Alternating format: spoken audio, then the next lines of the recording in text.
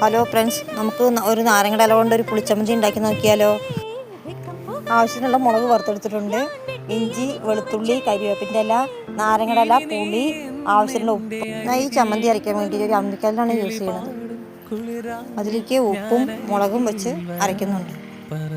അത് നന്നായി അരഞ്ഞ ശേഷം അതിലേക്ക് കുറച്ച് വെള്ളം തെളിച്ച ശേഷം അതിലേക്ക് നാരങ്ങയുടെ ഇലയും കരിവേപ്പിൻ്റെ ഇലയും വെളുത്തുള്ളിയും വെച്ച് ഒന്ന് നന്നായിട്ട് അരയ്ക്കുക. അത് നന്നായി അരഞ്ഞ ശേഷം ഇഞ്ചി വെച്ച് നല്ല ചതച്ചിട്ട് അരയ്ക്കുക. നന്നായി അരഞ്ഞ ശേഷം ആവശ്യത്തിനുള്ള പുളിയും ചേർത്ത് നന്നായിട്ട് അരയ്ക്കുക. അത് നന്നായി അരച്ച ശേഷം അത് ഉരുട്ടിയിട്ട് ഒരു പ്ലേറ്റിലേക്ക് വെച്ച് കൊടുക്കുക. ഈ ചമ്മന്തി നല്ല ചോറിൻ്റെ കൂടെയും പഴങ്കഞ്ഞിയുടെ കൂടെയൊക്കെ വെച്ച് കഴിക്കാൻ നല്ല ടേസ്റ്റ് ഉണ്ടാവും. നിങ്ങളെല്ലാവരും ഇത് ട്രൈ ചെയ്ത് നോക്കേണ്ട ഒരു ചമ്മന്തിയാണ്. കഴിച്ച് നോക്കിയിട്ട് വിവരം പറയൂ.